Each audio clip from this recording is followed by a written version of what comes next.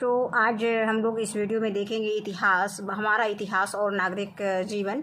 ये कक्षा 7 की पुस्तक है। तो इसमें आज हम लोग देखेंगे नागरिक शास्त्र। इसमें पाठ 2 व्यवस्थापिका यानी कानून बनाना।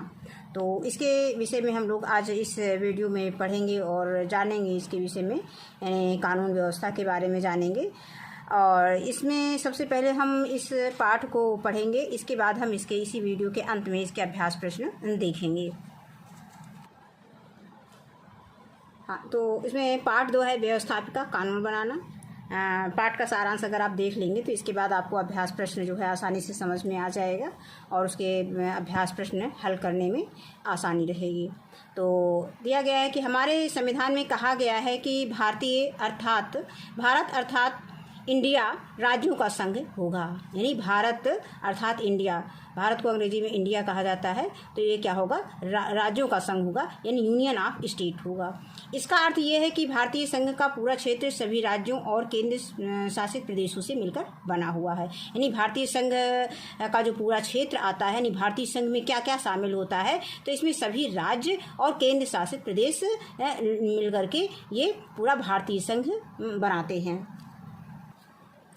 अब इसके बाद आता, आपने शिक्षक की सहायता से भारत का राजनीतिक मानचित्र देखकर अपने देश के राज्यों एवं केंद्र शासित प्रदेशों की सूची अपनी अभ्यास पुस्तिका में बनाइए। तो इसको आपको अपने अभ्यास पुस्तिका में बनाना है। इसके बाद आता है भारत में संघ, केंद्र और राज्य सरकारों के अधिकार संविधान द्वारा निश्चित किए गए हैं। चूँकि भारत क्या है, राज्यों का संघ है। भारत क्या है, भारत राज्यों का संघ है। इसलिए संघ और राज्य के काम बटे हुए हैं। यानी संघ को क्या काम करना है, राज्य को क्या काम करना है, ये सब बटे हुए हैं। संघ सरकार जो कानून बनाती है वह पूरे देश के लिए बनाती है। संघ सरकार का काम होता है, संघ सरकार जो है पूरे देश के लिए वो जो भी कानून बनाती है पूरे देश के लिए बनाती है। वह ऐसे मामलों विषयों पर कानून बनाती है जो कि किसी एक राज्य के लिए न होकर सभी राज्यों के लिए होते हैं। तो अब ये समझ में आ गया होगा कि संघ सरकार का क्या काम होता है। यानी संघ सरकार का काम होता है कि जो कानून बनाती है वो पूरे देश के लिए बनाती है, और जो भी वो कानून बनाती है किसी जिस भी विषय पर बनाती है वो किसी एक राज्य के लिए, एक राज्य से संबंधित नहीं होता है, किसी एक विशेष राज्य के बारे में नहीं होता है, बल्कि संघ के जितने भी राज्य हैं वो सभी राज्यों के लिए होते हैं। आगे आता है संघ एवं राज्यों के बीच विधायी शक्तियों का विभाजन 3 सूचियों में किया गया है। अब यहीं पे पूछा जाता है कि संघ और राज्यों के बीच जो विधायी शक्तियां हैं उसका विभाजन कितने भागों में किया जाता है, तो 3 भागों में किया जाता है। जो भारतीय संघीय व्यवस्था का प्रमुख लक्षण है, ये तीनों सूचियां इस प्रकार हैं। अब हम सूचियां देख लेते हैं। राज्य सूची, इसको यूनियन लिस्ट बोलते हैं अंग्रेजी में, और ये होता संघ सूची को यूनियन लिस्ट बोलते हैं। इसके बाद आता है दूसरा राज्य सूची को स्टेट लिस्ट बोलते हैं, और समवर्ती सूची होता है, समवर्ती सूची को कंकरेंट लिस्ट बोलते हैं। तो इसमें ये सभी सूचियों के अपने अपने क्षेत्र बटे हुए हैं। किसे क्या विभाग दिया गया है, इनके अपने अपने अधिकार जो है संसद को प्राप्त हैं। अब हम पहली बात करेंगे संघ सूची में क्या क्या है। तो इस सूची के विषयों पर विधि कानून बनाने का अधिकार संसद को होता है। संघ सूची में जो भी विषय शामिल किए गए हैं उस पर जो कानून बनता है वो कौन बनाता है, संसद बनाता है, जिनके कुछ विषय प्रमुख हैं। अब ये विषय पूछा जाता है, विषय में पूछा जाता है कि जैसे रेल किस संघ सूची में है, तो रेल जो है ये संघ सूची में है। यानी किस सूची में, रेल को किस सूची में शामिल किया गया है, संघ सूची में शामिल किया गया है। जैसे शिक्षा को समवर्ती सूची में शामिल किया गया है। इस तरह से ये प्रश्न इसमें पूछे जाते हैं। तो रेल जो है ये संघ सूची में है। अब संघ सूची के सारे विषय इसमें दिए गए हैं मेन। तो जल परिवहन है, हवाई जहाज है, राष्ट्रीय राजमार्ग है, बैंक है, इसके बाद विदेशी मामले, स्मारक है, रक्षा है, और संचार साधन है, डाक एवं तार है। संघीय सूची के कतिपय विषय यानी जो मेन विषय हैं वो इसमें दिया गया है संघ सूची के। अब इसके बाद हम बात करेंगे राज्य सूची की। तो राज्य सूची में कौन कौन से विषय शामिल हैं, ये बहुत इंपॉर्टेंट होता है। ये परीक्षाओं में पूछा जाता है, प्रतियोगी परीक्षाओं में भी ये पूछा जाता है। जैसे पूछा जाए कि पुलिस की सूची में शामिल किया गया, पुलिस को किस सूची में रखा गया है, तो पुलिस को राज्य सूची में रखा गया है। तो राज्य सूची में जो विषय शामिल हुए हैं उनके विषय में जो मेन विषय हैं उनको दिया गया है। जैसे पुलिस है, पुलिस राज्य सूची में है। और इसके बाद है मत्स्य पालन, ये भी राज्य सूची में है। स्थानीय स्वशासन राज्य सूची में है। कृषि है, सिंचाई सिंचाई है, पशुधन है और निचली अदालत है और कारागार है और सड़क है और स्वच्छता से संबंधित है। तो ये सब चीज़ें हमारी राज्य सूची में सम्मिलित हैं, यानी राज्य सूची को इस पे जो है कानून बनाने का अधिकार प्राप्त है। अब इसके बाद हम ये राज्य सूची के कतवे विषय दिए गए हैं। इसके बाद हम बात करेंगे समवर्ती सूची के बारे में। समवर्ती सूची के बारे में जानते हैं कि इसमें कौन कौन से विषय शामिल किए गए हैं।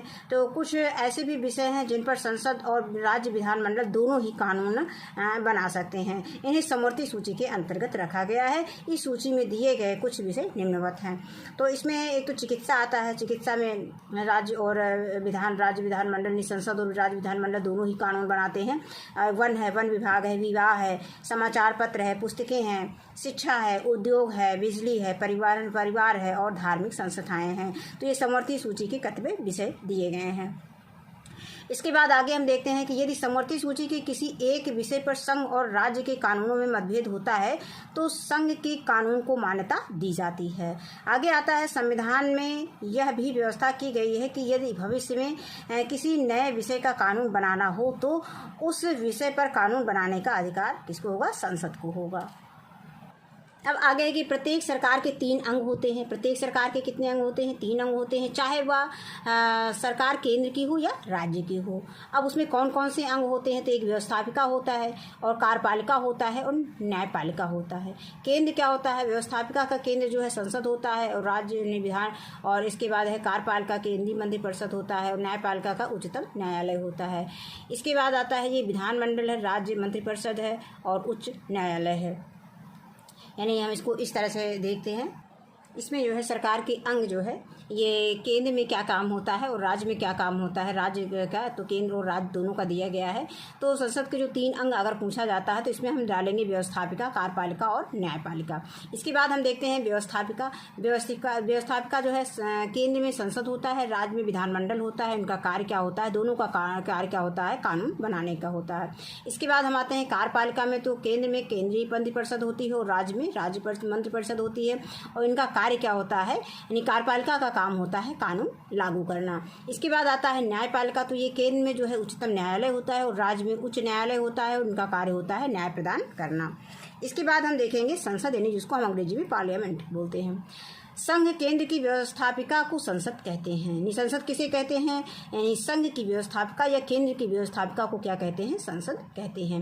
संसद का सबसे महत्वपूर्ण कार्य क्या होता है? देश के लिए कानून का निर्माण करना। यानी देश के लिए कानून का निर्माण करना, कानून बनाना, ये किसका काम होता है? संसद का काम होता है।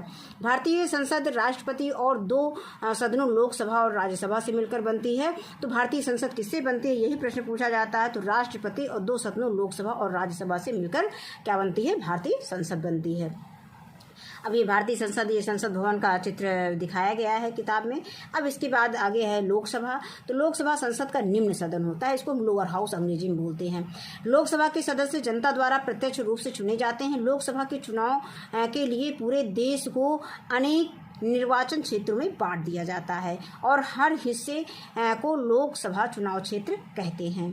इसके बाद आता है हर चुनाव क्षेत्र से एक सदस्य चुनकर लोकसभा में आते हैं। जितने भी चुनाव क्षेत्र होते हैं उसमें से एक सदस्य चुनकर के कहाँ पर आते हैं? लोकसभा में आते हैं। लोकसभा की अधिकतम सीटें कितनी होती हैं? 552 हो सकती हैं। वर्तमान में कितनी है? 543 हैं। और निर्वाचित सदस्य 543 जो है निर्वाचित सदस्य हैं और 2 जो है सदस्य आंग्ल भारतीय समुदाय से मनोनीत हैं। चुनाव में उस क्षेत्र में रहने वाले 18 साल या उससे ऊपर की आयु वाले लोग जो है वोट डालते हैं। चुनाव लड़ने वालों में जो सबसे ज़्यादा वोट पाता है, यानी जो चुनाव लड़ता है उसको जिसको सबसे ज़्यादा वोट मिलता है वही लोकसभा का सदस्य बनता है। आपने चुनाव लड़ने वाले उम्मीदवारों को भाषण देते और नारे लगाते हुए देखा होगा। अब इनकी योग्यताएं क्या हैं? तो लोकसभा का सदस्य बनने के लिए निम्नलिखित योग्यताएं होनी चाहिए। लोकसभा सदस्य बनने के लिए क्या क्या योग्यताएं होनी चाहिए? पहली योग्यता है कि भारत का वो नागरिक हो और वह मतदाता सूची में उसका नाम हो, तभी वो लोकसभा का सदस्य बन सकता है। इसके बाद आता है कि 25 की उम्र के बारे में बात की गई है। तो 25 साल या उससे अधिक की उसकी आयु हो और किसी सरकारी लाभ के पद पर ना हो, यानी कोई सरकारी नौकरी ना करता हो। आगे आता है पागल या दिवालिया ना हो। फिर आता है लोकसभा का कार्यकाल। कार्यकाल। तो लोकसभा के सदस्य जो है 5 वर्ष के लिए चुने जाते हैं, लेकिन प्रधानमंत्री की सलाह पर राष्ट्रपति इसके पहले भी लोकसभा को भंग कर सकता है। आगे आता है लोकसभा के पदाधिकारी। तो लोकसभा के सदस्य बहुमत से अपना एक अध्यक्ष यानी स्पीकर और एक उपाध्यक्ष यानी डिप्टी स्पीकर चुनते हैं। ये उन्हीं सदस्यों के बीच में से चुने जाते हैं जो संसद में चुनकर आते हैं, वो लोकसभा में जो चुनकर आते हैं उन्हीं में से एक अध्यक्ष होता है और एक उपाध्यक्ष होता है। अब पता कीजिए कि इस समय लोकसभा का स्पीकर कौन है, तो इसको आपको पता करके लिखना है। अब आगे आता है कि बैठकों के दौरान लोकसभा की कार्यवाही कौन चलाता है? अध्यक्ष चलाता है। लोकसभा और राज्यसभा का एक साथ अधिवेशन बैठक होने पर भी अध्यक्ष ही कार्यवाही का नियंत्रण व संचालन करता है। अध्यक्ष न हो तो यही काम कौन करता है? उपाध्यक्ष करता है। यदि लोकसभा का बहुमत अध्यक्ष को न चाहे तो उन्हें प्रस्ताव पारित करके हटा सकते हैं। फिर आता है कि लोकसभा के अधिवेशन साल में कितनी बार होने चाहिए? 2 बार अवश्य होने चाहिए और दोनों अधिवेशनों के बीच 6 महीने का अंतर लगभग होना चाहिए। कह रहे 6 महीने से अधिक का अंतर नहीं होना चाहिए, यानी 6 महीने में एक बार अधिवेशन होना चाहिए। तो वही दिया गया है कि दोनों अधिवेशनों के बीच 6 महीने से अधिक का अंतर नहीं होना चाहिए। इसके बाद आता है लोकसभा के क्या कार्य हैं। तो अभी तक तो हमने पढ़ा कि लोकसभा का सदस्य बनने के लिए उसकी योग्यताएं क्या होती हैं, फिर देखा कि लोकसभा का कार्यकाल क्या होता है, फिर उसके पदाधिकारी के बारे में बात किए। अब हम बात करेंगे लोकसभा के कार्य के बारे में। तो लोकसभा का कार्य क्या होता है? पहला कार्य तो होता है कानून बनाना, दूसरा होता है मंत्रिपरिषद के कामों पर अपना नियंत्रण रखना, और आगे आता है अगला काम है लोकसभा का कानूनों में संशोधन करना। फिर है जनता पर कर लगाने और खर्च करने का निर्णय लेना। ये किसका कार्य है? लोकसभा का कार्य है। अब आगे बात करेंगे राज्यसभा की। तो राज्यसभा संसद का उच्च सदन यानी अपर हाउस होता है। इसके सदस्यों की संख्या अधिक से अधिक 250 हो सकती है। इनमें से 12 सदस्यों को राष्ट्रपति द्वारा मनोनीत किया जाता है। ये सदस्य अपने किसी न किसी कार्य के लिए प्रसिद्ध होते हैं। इन सदस्यों को राष्ट्रपति साहित्यकारों और वैज्ञानिक सलाहकारों तथा समाजसेवियों में से नामित करता है। अब आगे आता है कि शेष सदस्यों का चुनाव राज्यों और दिल्ली और पुडुचेरी विधानसभाओं के निर्वाचित सदस्य करते हैं। चूँकि इनका चुनाव सीधे जनता द्वारा नहीं होता है, इसलिए इस प्रकार के चुनाव को अप्रत्यक्ष चुनाव कहते हैं। यानी जिसका चुनाव जनता के द्वारा नहीं होता है सीधे, तो उसको हम कौन सा चुनाव कहते हैं? अप्रत्यक्ष चुनाव कहते हैं। राज्यसभा का सदस्य वही व्यक्ति हो सकता है जिसकी आयु 30 वर्ष या उससे अधिक हो। लोकसभा की आयु, लोकसभा का सदस्य बनने के लिए आयु 25 वर्ष होती है, लेकिन राज्यसभा का सदस्य बनने के लिए अधिकतम आयु कितनी होती है? 30 वर्ष। न्यूनतम आयु 30 वर्ष होती है। न्यूनतम मतलब 30 वर्ष से कम नहीं होना चाहिए राज्यसभा का सदस्य बनने के लिए। शेष योग्यताएं वही होती हैं जो लोकसभा के सदस्यों के लिए निश्चित की गई हैं। तो लोकसभा के सदस्यों के लोकसभा के सदस्यों के लिए कौन कौन से जो है योग्यताएं निश्चित की गई हैं। एक तो उसमें पहला आएगा कि भारत का नागरिक हो और वो मतदाता सूची में उसका नाम हो। दूसरा आता है उसका, जो लोकसभा की बात कर रहे हैं उसमें 25 साल या उससे कम अधिक आयु न हो, तो इसमें 30 साल दिया गया है आयु। और फिर किसी सरकारी लाभ के पद पर ना हो, और फिर अगर आगे आता है पागल या दिवालिया ना हो, तो वही शर्तें इसमें भी लागू होती हैं राज्यसभा का सदस्य बनने के लिए। फिर आगे आता है परंतु कोई व्यक्ति एक ही समय में संसद के दोनों सदन का सदस्य नहीं हो सकता है। अगर वो चाहे कि हम लोकसभा का भी सदस्य हो जाए, राज्यसभा का भी हो जाए, तो ये नहीं हो सकता है। एक समय में वो केवल एक ही सदन का सदस्य हो सकता है। सदस्यों का कार्यकाल कितना होता है? तो राज्यसभा के सदस्यों का कार्यकाल 6 होता है, जबकि लोकसभा के सदस्यों का कार्यकाल अभी आपने पढ़ा था 5 वर्ष का होता है। इसके 1/3 सदस्य हर 2 वर्ष बाद अवकाश ग्रहण करते हैं। उनके स्थान पर नए सदस्य चुनकर आते हैं। इस प्रकार राज्यसभा जो है कभी भंग नहीं होती है, इसीलिए इसे स्थायी सदन कहा जाता है। अब राज्यसभा के पदाधिकारी, तो भारत का उपराष्ट्रपति राज्यसभा का पदेन सभापति होता है।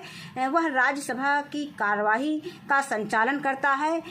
जब सभापति उपस्थित नहीं रहता तब उसके स्थान पर उपसभापति कार्य करता है। फिर आता है अधिवेशन।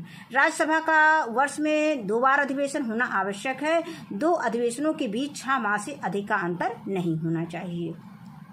तो यही बात लोकसभा के लिए भी आता है। अधिवेशन उसमें भी साल में 2 बार होने चाहिए और 6 वर्ष से अधिक, दोनों अधिवेशनों के बीच जो है 6 वर्ष से अधिक 6 माह से अधिक का समय अंतर नहीं होना चाहिए। अब आता है राज्यसभा के क्या कार्य हैं। लोकसभा की तरह राज्यसभा भी कानून बनाने एवं संशोधन का कार्य करती है। दोनों सदनों द्वारा जब कोई प्रस्ताव विधेयक स्वीकार कर लिया जाता है तब राष्ट्रपति के पास हस्ताक्षर के लिए भेजा जाता है। राष्ट्रपति के हस्ताक्षर के बाद वह विधेयक कानून बन जाता है। राज्यसभा भी लोकसभा की भांति मंत्रियों से प्रश्न पूछ सकती है। और विशेष बात यह है कि धन से संबंध रखने वाले विधेयक लोकसभा में ही प्रस्तुत किए जाते हैं। ये बहुत ही इम्पॉर्टेंट है कि धन से संबंधित जो भी विधेयक होगा वो केवल लोकसभा में ही प्रस्तुत किया जाएगा। राज्यसभा में उन पर केवल चर्चा की जाती है, लेकिन उसका जो है प्रस्तुत कहाँ किया जाता है, लोकसभा में। अब आगे आता है कानून निर्माण की प्रक्रिया। संसद का सबसे महत्वपूर्ण काम है देश के लिए कानून बनाना और कानून बदलना। जिस विषय पर कानून बनाना होता है उसका एक प्रस्ताव तैयार किया जाता है, उसे विधेयक यानी बिल कहते हैं अंग्रेजी में। ये विधेयक 2 प्रकार के होते हैं, एक साधारण विधेयक होता है और दूसरा धन विधेयक होता है। कानून बनाने की संक्षिप्त प्रक्रिया इस प्रकार है। जैसे साधारण विधेयक, अब ये ऑर्डिनरी बिल उसको बोलते हैं, साधारण विधेयक होता है। साधारण विधेयक बात करने के पहले एक चीज़ इसमें रह गई थी, ये एक बहुत इम्पॉर्टेंट प्रश्न है कि ये वर्तमान में जो राज्यसभा के सदस्यों की संख्या कितनी होती है, ये 245 है। राज्यसभा अगर कोई पूछता है कि वर्तमान में राज्यसभा के सदस्यों की संख्या कितनी है तो 245 है। और इसमें कुछ जानने के लिए कुछ बिंदु दिए गए हैं। जब विधेयक किसी मंत्री द्वारा प्रस्तुत किया जाता है, यानी जब विधेयक जो है किसी मंत्री द्वारा प्रस्तुत किया जाता है तो इसे सरकारी विधेयक कहते हैं। और जब ये विधेयक मंत्री के अलावा किसी सदस्य द्वारा प्रस्तुत किया जाता है तो इसे गैर सरकारी विधेयक कहते हैं। ये बहुत ही जानने योग्य है और इसको जानना है। देखेंगे साधारण विधेयक के बारे में, जिसको हम ऑर्डिनरी बिल बोलते हैं। साधारण विधेयक लोकसभा या राज्यसभा में से किसी में भी पहले पेश किया जाता है। इस विधेयक को कोई भी सदस्य पेश कर सकता है। साधारण विधेयक 3 चरणों में पारित होता है, जिसे 3 वाचन कहते हैं। अब प्रथम वाचन क्या है?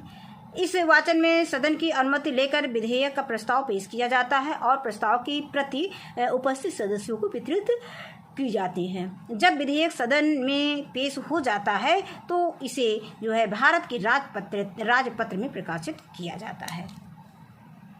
अब हम आगे देखेंगे द्वितीय वाचन क्या होता है। इसमें विधेयक पर विचार विमर्श होता है, विधेयक के समस्त बिंदुओं पर चर्चा होती है। इसी समय विधेयक में आवश्यक संशोधन भी किए जाते हैं और द्वितीय वाचन समाप्त हो जाता है। इसके बाद आता है तृतीय वाचन। तो द्वितीय वाचन के पश्चात विधेयक का प्रारूप निश्चित हो जाता है। इस वाचन में संपूर्ण विधेयक को स्वीकार या अस्वीकार करने के संबंध में चर्चा होती है। इस चरण में विधेयक में कोई भी महत्वपूर्ण संशोधन नहीं किया जाता है। यदि सदन का अपेक्षित बहुमत इसका समर्थन कर देता है तो विधेयक पारित हो जाता है और यदि विधेयक स्वीकृत हो जाता है तो उसे दूसरे सदन में स्वीकृति हेतु भेजा जाता है और दूसरे सदन में भी विधेयक इन तीनों अवस्थाओं में से गुजरता है। यदि दूसरा सदन भी इसे स्वीकृत कर देता है तो उसे उस विधेयक को राष्ट्रपति की स्वीकृति के लिए भेजा जाता है और राष्ट्रपति के हस्ताक्षर के पश्चात वो कानून बन जाता है। तो ये इसकी प्रक्रिया है। अब आगे आते हैं कि कानून बनाने की प्रक्रिया के मुख्य बिंदु कौन कौन से हैं। तो पहला बिंदु दिया गया है कि साधारण विधेयक पहले किसी भी सदन में पेश किया जा सकता है, जैसे राज्यसभा और लोकसभा में। यानी जो साधारण विधेयक होता है वो किसी भी सदन में पेश कर सकते हैं, चाहे हम उसको राज्यसभा में पेश करें या लोकसभा में। आधे से अधिक उपस्थित सदस्यों का मत यदि विधेयक के पक्ष में होता है, यानी जो वहाँ पे सदन में जितने भी लोग उपस्थित होते हैं अगर उसमें से आधे से अधिक विधेयक का पक्ष मतलब विधेयक के पक्ष में होता है, मत जो है यदि विधेयक के पक्ष में होता है तो विधेयक उस सदन में पारित हो जाता है। यानी कोई भी विधेयक पारित करने के लिए उपस्थित सदस्यों का आधे से अधिक बहुमत होना जरूरी होता है। अब आगे होता है राष्ट्रपति के हस्ताक्षर से पहले यानी राष्ट्रपति के जो भी विधेयक पास होता है तो राष्ट्रपति की हस्ताक्षर के पहले दोनों सदनों से विधेयक पारित होना जरूरी है। ये नहीं कि एक सदन में पारित हो गया और उसके बाद डायरेक्ट राष्ट्रपति को भेज दिया गया, तो ये गलत है। दोनों सदन, लोकसभा और राज्यसभा सदन दोनों में जो है वो विधेयक पारित होना चाहिए, उसके बाद वो राष्ट्रपति के पास जाता है। आमतौर पर जब मत मिल जाते हैं, यानी आमतौर पर जब मत मिल जाते हैं तो सभा का सभापति अपना मत नहीं देता है। यदि विधेयक के पक्ष और विपक्ष के बराबर सदस्यों के मत है तो सभापति अपना मत दे सकता है। इस स्थिति में उसका मत निर्णायक होगा। यदि साधारण विधेयक एक सदन से पारित हो जाता है पर दूसरे सदन में नहीं पारित होता है तो समस्या उठ खड़ी होती है। उसे सुलझाने के लिए राष्ट्रपति जो है दोनों सदनों की संयुक्त बैठक बुलाता है और उसमें उस समस्या को सुनता है और उसे सुलझाता है। इसके बाद राष्ट्रपति साधारण विधेयक को सुझावों सहित वापस लोकसभा में भेज सकता है। लोकसभा चाहे जो उस विधेयक को लोकसभा चाहे तो उस विधेयक को वहीं पर समाप्त कर सकती है, परंतु वही विधेयक लोकसभा द्वारा दोबारा राष्ट्रपति को भेजे जाने पर राष्ट्रपति को अपने हस्ताक्षर करने ही होते हैं, करने ही होंगे। अब इसके बाद ये प्रथम वाचन दिया गया है, ये द्वितीय वाचन दिया गया है, ये तृतीय वाचन दिया गया है। इसके बाद ये कानून एक्ट दिया गया है। अब ये दूसरा सदन है और यहाँ पर ये विधेयक है, यानी राष्ट्रपति के हस्ताक्षर है, और ये दूसरा सदन दिया गया है।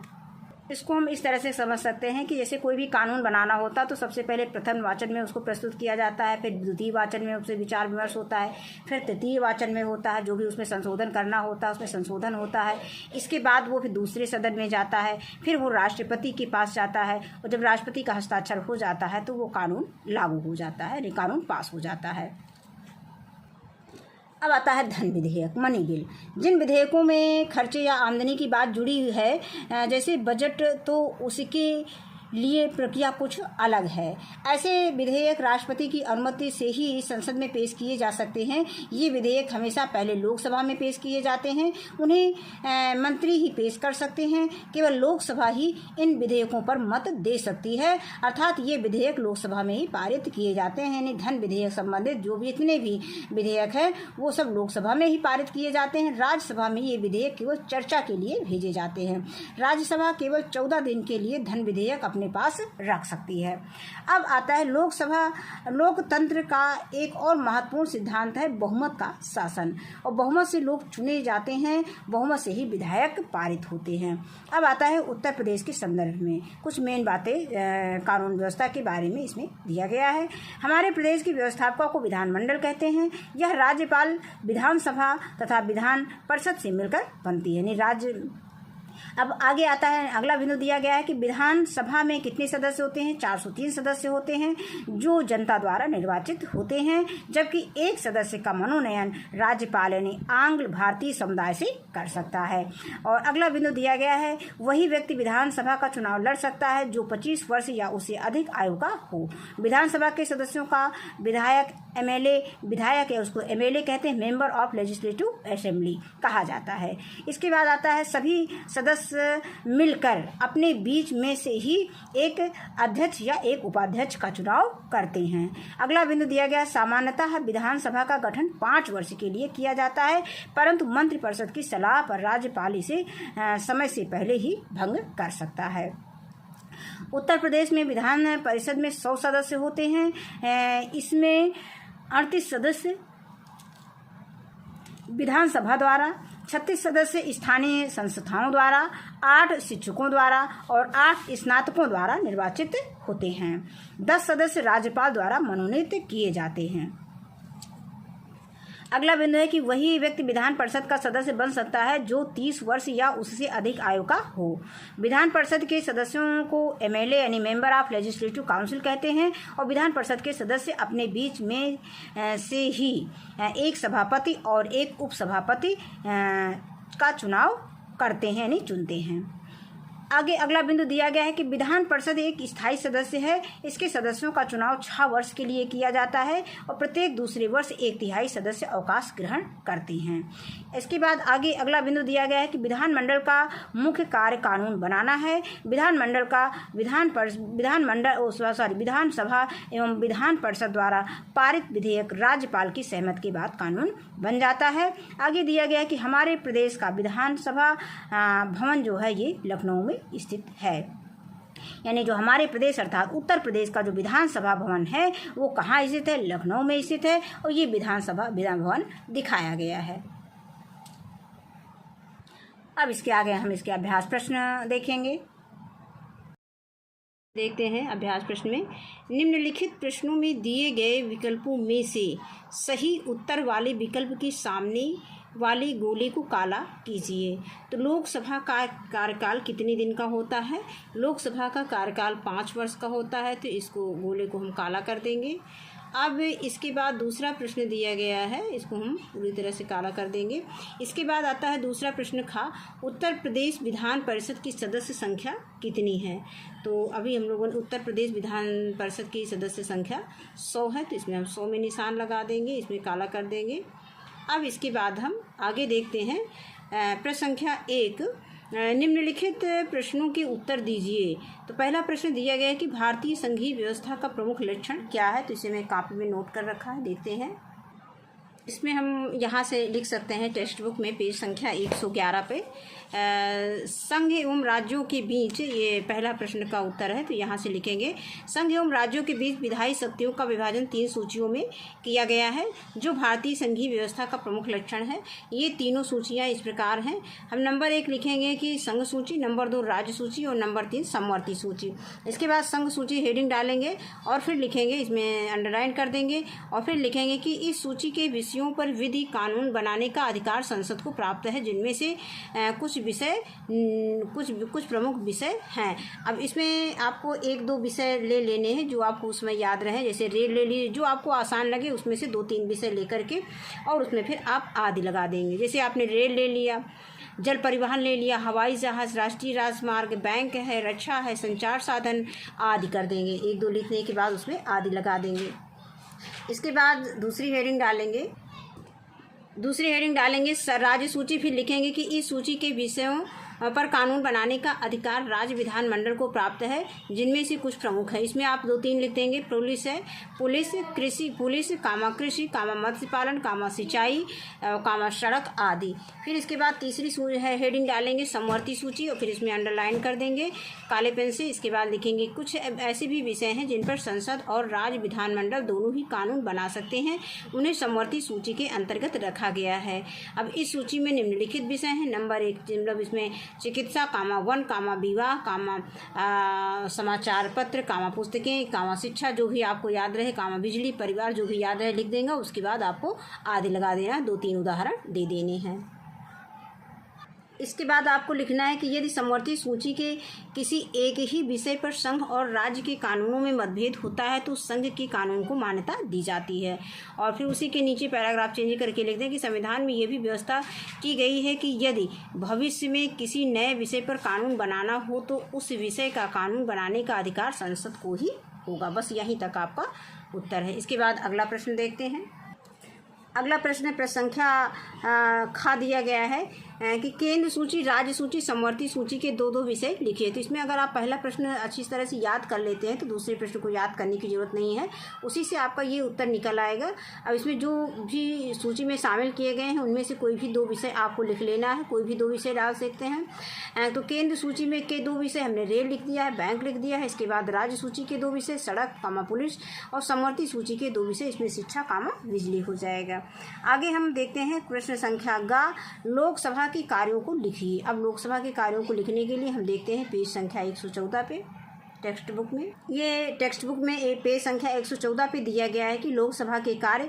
अब लिख लीजिए, लोकसभा के निम्नलिखित कार्य हैं। नंबर 1 कानून बनाना, नंबर 2 मंत्रिपरिषद के कामों पर अपना नियंत्रण रखना, नंबर 3 कानूनों में संशोधन करना और नंबर 4 जनता पर कर लगाने और खर्च करने का निर्णय लेना। बस इतना आपको लिख देना है। इसके बाद अगला प्रश्न देखते हैं।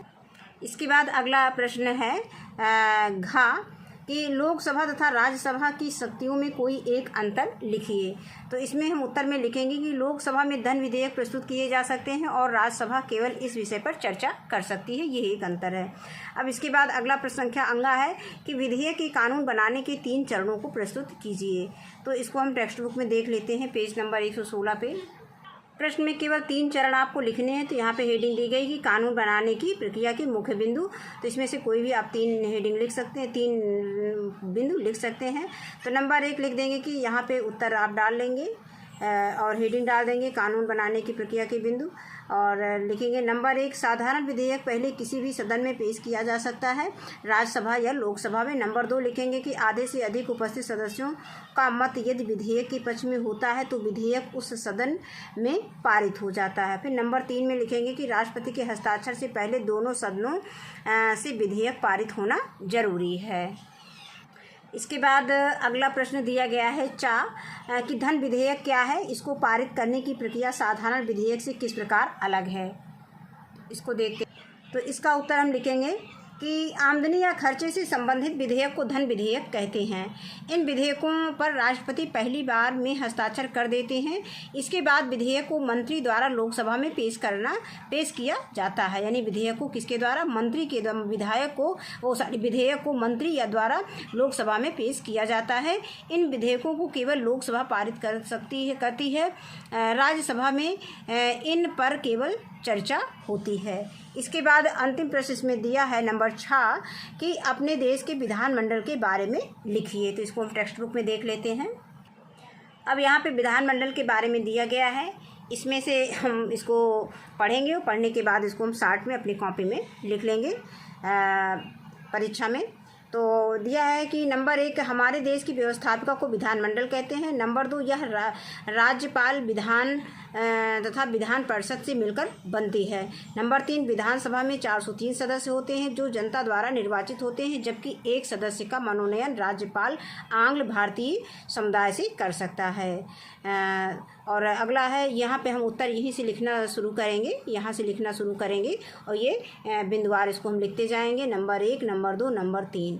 अब नंबर 3 है कि विधानसभा में 403 सदस्य होते हैं जो जनता द्वारा निर्वाचित होते हैं, जबकि एक सदस्य का मनोनयन राज्यपाल आंग्ल भारतीय समुदाय से कर सकता है। और नंबर 4 है, यदि व्यक्ति विधानसभा का चुनाव लड़ सकता है जो वही व्यक्ति विधानसभा का चुनाव लड़ सकता है जो 25 वर्ष या उससे अधिक आयु का हो। विधानसभा के सदस्यों को विधायक या एमएलए भी कहा जाता है। आगे है कि सभी सदस्य मिलकर अपने बीच में से ही एक अध्यक्ष और एक उपाध्यक्ष का चुनाव करते हैं। अगला नंबर डाल देंगे कि सामान्यतः विधानसभा का गठन 5 वर्ष के लिए किया जाता है, परंतु मंत्रिपरिषद की सलाह पर राज्यपाल इसे समय से पहले भी भंग कर सकता है। आगे है कि उत्तर प्रदेश विधान परिषद में 100 सदस्य होते हैं।